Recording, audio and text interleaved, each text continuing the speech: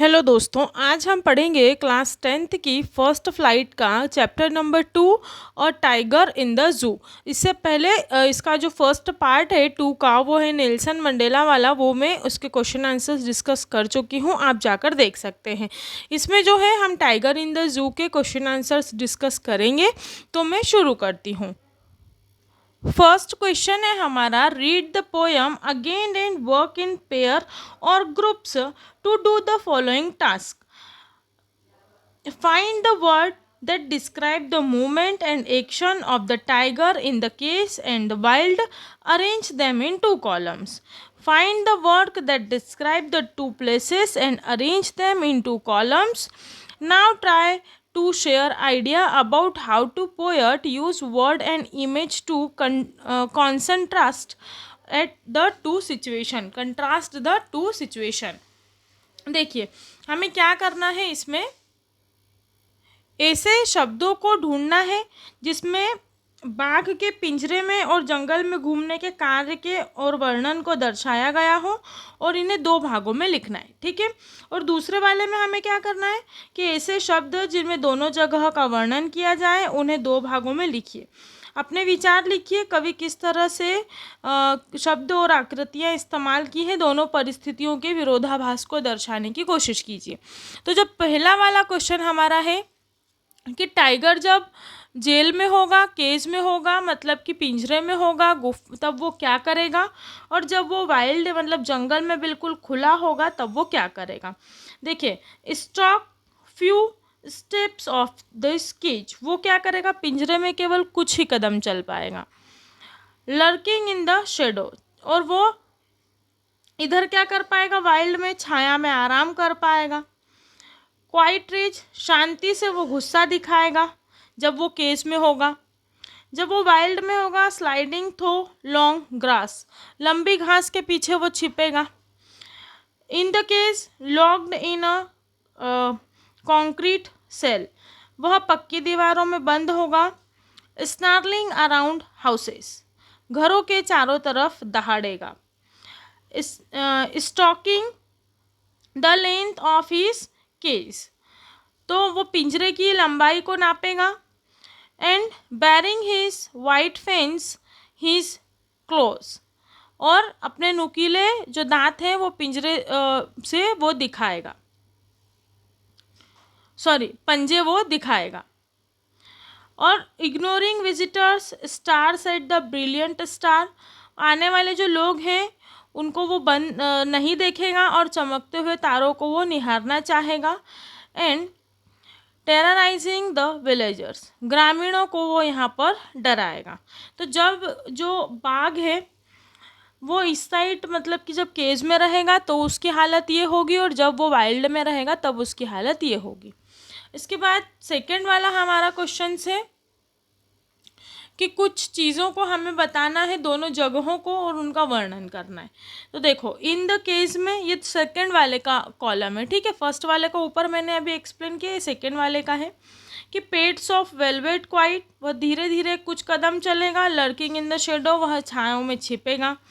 Concrete cell, वह दीवालों के अंदर रहेगा। स्लाइडिंग थ्रो लॉन्ग ग्रास, वह बड़ी सी धूप के बड़ी सी छाँव के पीछे बड़ी सी फसलों के पीछे वो और घास के पीछे वो छुपेगा। बिहाइंड बार्स, वह झाँकेगा उसकी जो केज है उसमें से बाहर। वाटर होल्स, डीर पासेज, और वह यहाँ पर पानी के पास जाएगा, कहीं हिरण भी उसके पास से गुजरेंगे। लेंथ ऑफ द केज, वह जो केज है, पिंजरा है, उसको नापता रहेगा। और जंगल एज एंड विलेज, वो वहाँ पर घूमेगा और पूरे जंगल और गांव के किनारे के वो मज़े लेगा। तो यहाँ पर जो कवि है, कवि ने ये स्थान और शब्द विरोधाभास दिखाने के लिए इस्तेमाल किए हैं। यह पिंजरे और जंगल की विषमता है। यह बाघ के पिंजरे में और जंगल में सटीक स्थिति को दिखाती है, ठीक है। सेकंड वाला क्वेश्चन हम देखेंगे। Notice the use of the word repeated in line such as this: on pets or velvet quiet, on his quiet race। इसका क्या मतलब है, तो गद्देदार पंजों को शांति से जमीन पर रखता हुआ, शांत है पर गुस्से में है बाघ, पहली वाली लाइन का हम अभी वो आंसर देखेंगे। दूसरा क्वेश्चन है and stars with his brilliant eyes at the brilliant star, और वह अपनी चमकीली आंखों से चमकते हुए तारों को निहारता है। तो इसमें जो दो एक शब्द को अलग अलग बार की मतलब बार बार यूज़ किया है उसका क्या मतलब है, देखिए। फर्स्ट वाले में है रेपुटेशन ऑफ वर्ड क्वाइट, इसमें 2 बार क्वाइट क्वाइट आया है। Express the intensity of tiger actions, जो कि टाइगर की जो चाल चलन है उसकी तीव्रता को बताता है। दूसरा है रिपीटेशन ऑफ ब्रिलियंट, दूसरे वाले में ब्रिलियंट शब्द को 2 बार बताया है। Express the anger and brightness, जो कि बाघों की आंखों का गुस्सा दर्शाता है। In the eyes of the tiger, बाघ की आंख में जो गुस्सा है वो उसको दर्शाता है। It has an effect of shining star also, और जो कि अंधेरे में चमकते हुए तारों की तरह लग रही हैं। The repetition of this word give the wonderful affect of the poem, और इन शब्दों को दोहराने से जो कविता है वो बहुत ज़्यादा शानदार हो गई है। उसके बाद वाला हमारा क्वेश्चन है रीड द फॉलोइंग 2 पोएम्स, इन दोनों पोएम्स को पढ़िए जो नीचे दी है। One about a tiger and one another of the panther, एक किसके बारे में है, टाइगर की मतलब बाघ के बारे में, और एक चीते के बारे में है। Then discuss are zoos necessary for the protection और conservation of some species animal, और बातचीत करके बताइए कि क्या कुछ प्रजातियों को संभालने के लिए पिंजरे की और संरक्षण की आवश्यकता है। Are they useful for educating the public, क्या इससे लोगों को समझने में आसानी होती है। Are the alternative to zoos, और क्या चिड़ियोघरों का कुछ और विकल्प भी हो सकता है कि केवल चिड़ियाघर ही लोगों मतलब जानवरों को बचा सकते हैं। तो ये जो 2 पोएम्स हैं ये आपकी बुक में भी ऑलरेडी मेंशन्ड है, नीचे वाली पोएम भी आपको मिल जाएगी। मैं इसका जो आंसर है वो आप लोगों को बता देती हूँ। इसका आंसर वैसे आप अपने मन से भी लिख सकते हैं, लेकिन करेक्ट आंसर अगर आप लोगों को देखना है बिल्कुल तो आप यहाँ से देख सकते हैं। The zoo is a necessary place for protection and conservation of some species of animal, मतलब जो चिड़ियाघर है वह ज़रूरी है। क्यों ज़रूरी है, कुछ जानवरों की रक्षा और संरक्षण के लिए, कुछ प्रजातियों की स्पीसीज मतलब होता है प्रजातियां, और प्रोटेक्शन मतलब कंजर्वेशन मतलब संरक्षण, प्रोटेक्शन मतलब उनकी सुरक्षा। They can be safe people, they can be safe from people, वो वहाँ लोगों से ज़्यादा सुरक्षित रहते हैं। As they could be hunted down for trade, जो लोग क्या करते हैं मतलब व्यापार करने के लिए उनको शिकार करते हैं। Because of this many species are already extinct and some are endangered, और इसी कारण शिकारियों के कारण क्या है बहुत सारी प्रजातियां पहले से ही समाप्त हो चुकी हैं और कुछ बहुत ज़्यादा खतरे में हैं। Because of industrialisation the natural habit of animal are shrinking, और बहुत ज़्यादा विकास जो हो रहा है उसकी वजह से जो जानवर हैं उनकी जो ज़िंदगी है वो पहले ही तहस नहस हो चुकी है। Zoos are useful for educating the people, जो चिड़ियाघर हैं वो लोगों को समझाने के लिए ज़रूरी हैं। This create awareness among the people about the nature of animals, और यह लोगों के बीच में जागरूकता फैलाते हैं कि हमें किस प्रकार से जंगली जानवरों को संरक्षण करना चाहिए। हावेवर वहीं पर जू is not the correct substitute for the forest, forest का बिल्कुल करेक्ट सब्स्टिट्यूट जू नहीं हो सकता। एनिमल आर रेस्ट्रिक्टेड इन जू, जू में जो एनिमल्स होते हैं वो बहुत ज़्यादा प्रतिबंधित होते हैं सभी चीज़ें करने के लिए। These hamper and ecological balance of nature, for this reason wildlife sanctuaries are the better option for animals where they can be their natural habits and they can be looked after by the government, और हमें zoo की जगह पर जो है वो wild life sanctuaries ज़्यादा मतलब ज़्यादा होनी चाहिए, जिससे कि जो एनिमल्स हैं उनको पिंजरे में भी ना रहना पड़े और उन पर ज़्यादा अत्याचार भी ना हो, कोई हंटर आके उन पर हंटिंग ना कर ले। तो ज़ू से ज़्यादा बेहतर क्या है, वाइल्ड लाइफ जो सेंचुरीज होती हैं वो ज़्यादा बेहतर है।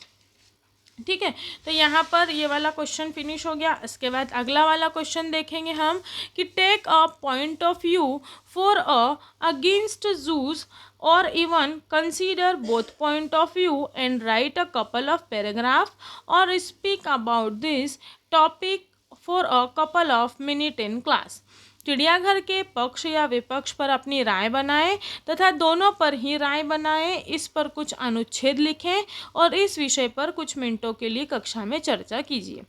ठीक है, तो हम कक्षा में चर्चा तो सीधी सी बात है, जब चैप्टर पढ़ेंगे तभी हो जाती है कि ज़ू में अगर कुछ एनिमल्स हैं तो ये भी चीज़ अच्छी है कि हम लोग जाके देख सकते हैं किसी एनिमल को आसानी से, और उन्हें वहाँ पर प्रॉपर खाने पीने के लिए मिलता है, प्रॉपर मेडिसिन, दवाइयाँ सब कुछ मिलती हैं।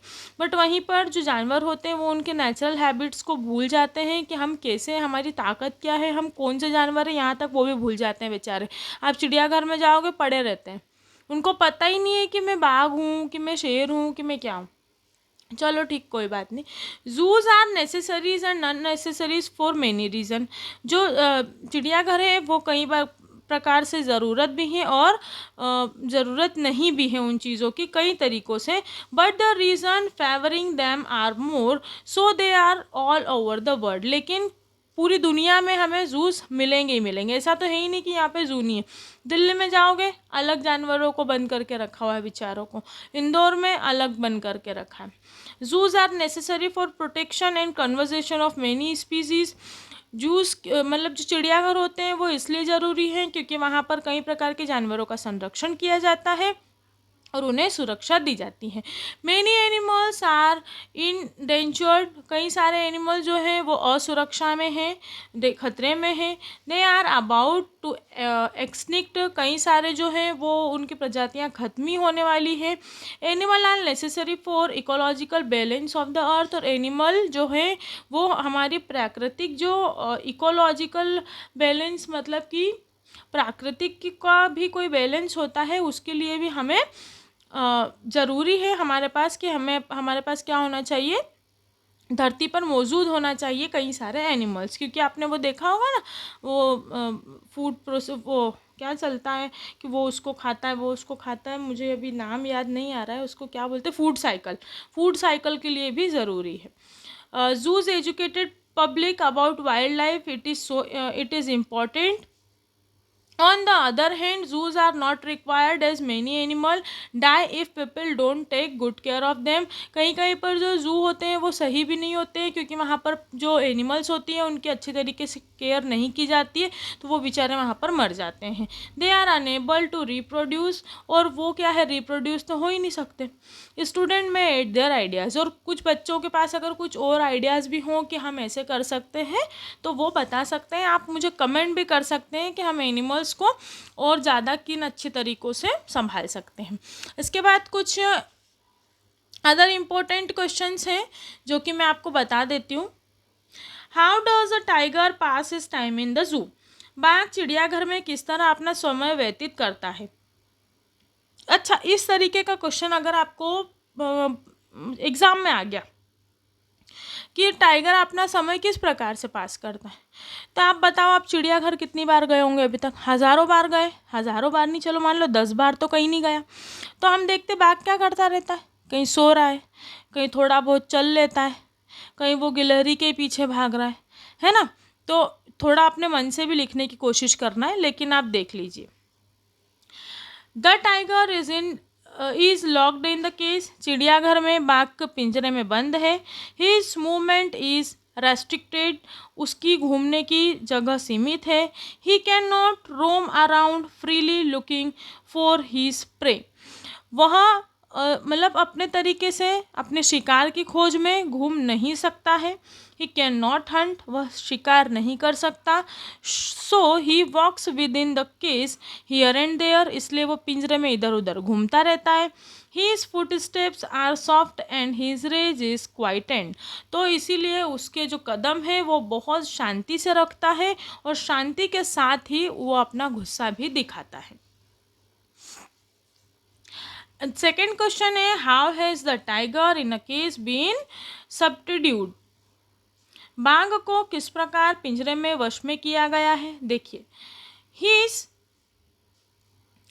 Strength, that is his cause, his claws and roar are locked behind bars. He just stalks the length of the cage. He is bored of the visitors in the zoo.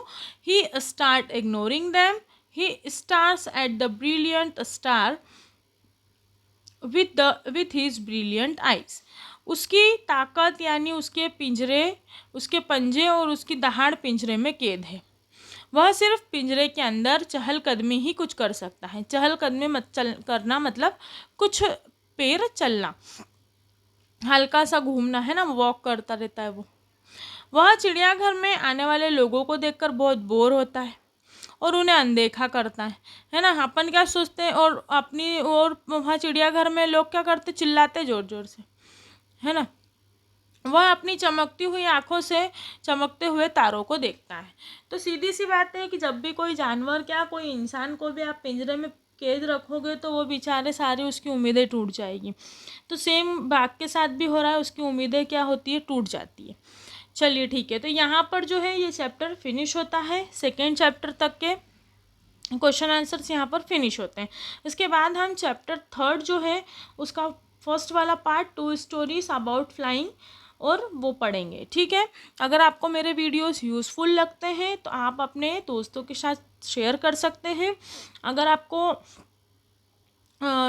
Channel को subscribe कर लीजिए, जिससे आपको सारे videos की जो notification है वो आती रहेगी। और थैंक यू सो मच।